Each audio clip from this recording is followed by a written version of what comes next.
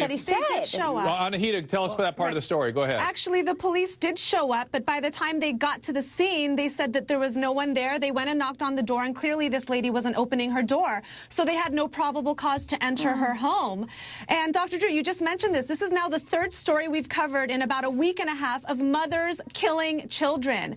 Clearly, this woman was insane. She was crazy. No sane human being stabs and kills their own children and says she's performing some type of exorcism. Yeah, but what drives me insane... Anahita, she didn't do it alone. She had somebody And with that's her. what drives me insane, is that people go, the devil. I understand that you think that the devil's in your children. Oh, okay.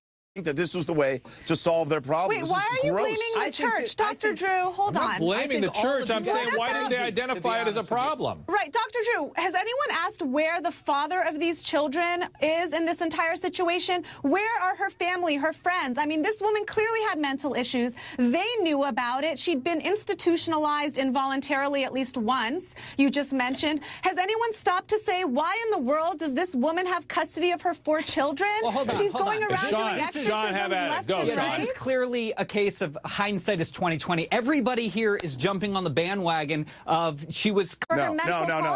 That doesn't make any sense. No. This guy was absolutely... institutionalized. No, he was smart. He knew what he was talking about. Yeah, now, I think he was a little jumbled on the phone, and to be honest, I think the most shocking part of this case is that it didn't take place in Florida. That's the bottom line. That is shocking. I got to grant. But in all seriousness, what about the husband and the family? That's what I'm thinking, Dr. Drew, when I hear about this. The husband recently left, apparently, and of course this woman was increasingly distressed. She probably had a stripper, and Justin Bieber is there throwing out $75,000 in ones. I am grossed out, because to me he's an infant. He's making it rain, Dr. Drew. It's called making it rain. Thanks, throwing the dollar bill. I had no idea what that was. Thank you so much for straightening that out. Greg, go ahead. Yeah, I got to say, for so much money. Though, Dr. Drew. Anahita. Okay, Greg, I sort of agree with you. Okay, he's a 19-year-old. Anahita, hold on. Anahita, I got to interrupt you. We're looking at a high-tech animation.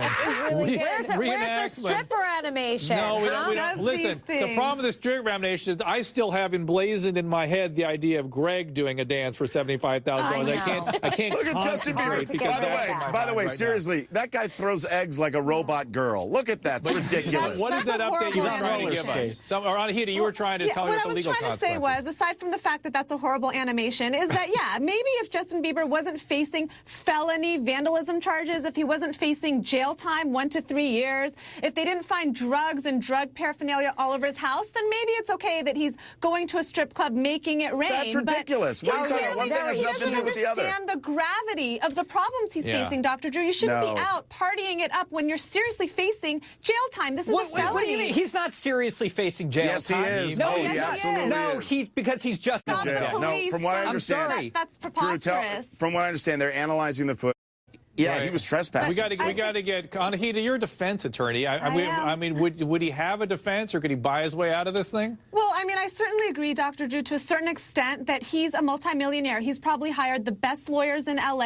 And actually, I don't know why he didn't call me. So realistically, you know, he should have. Biebs, call me if you don't have a lawyer yet. But realistically, you know, he can plead this out. If they do charge this as a felony, there is a chance he won't get jail time. He'll likely try to negotiate something where he's paying some type of fine and getting probation, because he does have the money to hire the best lawyers. And sadly, that is how our criminal justice system works. But the fact is that the police are taking this incident very seriously. They showed up with 11 cop cars when they went to execute that search warrant last week. So I think they're taking this very seriously in light of the fact that he has been in so much trouble, and the cops haven't been able to get him on anything because they haven't had the evidence. And Carrie, so this time hang around, on, it's Greg. serious. Carrie, I want you to finish this up with this. You've been with VH1